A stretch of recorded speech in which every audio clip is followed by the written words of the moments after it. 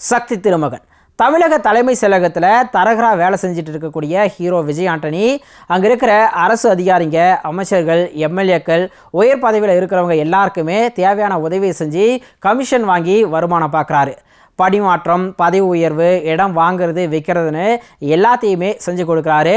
இதுக்கிடையில் தமிழகத்தில் மிகப்பெரிய அரசியல் புள்ளியாக இருக்க வில்லன் கண்ணனோட வீட்டில் தான் ஹீரோ சின்ன வயசுலேருந்தே வளர்ந்துருக்காரு. ஸோ இந்த நிலையில் 200 கோடி ரூபாய் கமிஷன் பணத்துக்காக மிகப்பெரிய அரசியல் அண்ட் பண விளையாட்டை விளையாடுறாரு ஹீரோ. இதில் வில்லன் மறைமுகமாக பாதிக்கப்படுறாரு. ஸோ நாயகனுடைய பின்புலத்தை விசாரிக்கும் போது மிகப்பெரிய ஒரு அதிர்ச்சி தெரிய வருது. அப்படி ஹீரோவோட அந்த பின்னணி என்ன, ஏன் இது எல்லாத்தையும் அவர் செய்கிறாரு, அண்ட் வில்லன் கிட்ட இருந்து தப்பிச்சாரா அப்படிங்கிறது தான் இந்த சக்தி திருமகன். அருவி, வால் படங்களுக்கு அப்புறமா மறுபடியும் ஒரு வித்தியாசமான படத்தை எடுத்திருக்காரு இயக்குனர் அருண் பிரபு. இது வரைக்கும் சொல்லப்படாத நாயகனோட கேரக்டர் படம் பார்க்குறவங்களுக்கு கண்டிப்பாக சர்ப்ரைஸாக இருக்கும். விஜய் ஆண்டனியும் தன்னோட கேரக்டரை உணர்ந்து சூப்பராகவே நடிச்சிருக்காரு. அதிகமாக பேசாமல் மூளையை பயன்படுத்தி சதுரங்கம் ஆடுற நபராக ஒரு சிறப்பான நடிப்பை கொடுத்திருக்காரு.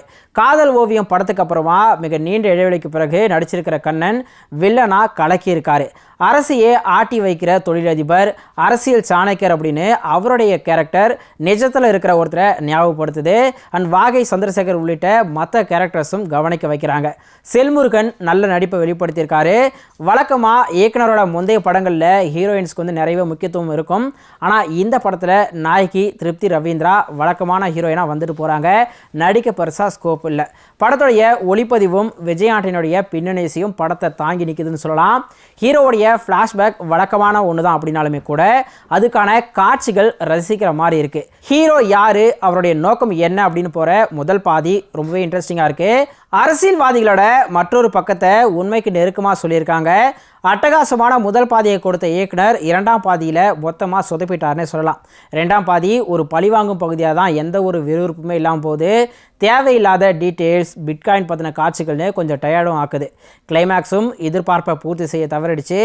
ஆனாலும் கூட வித்தியாசமான கதை அண்ட் திரைக்கதை மூலமாக மறுபடியும் ஒரு நல்ல படத்தை கொடுத்துருக்காரு இயக்குனர் அருண் பிரபு.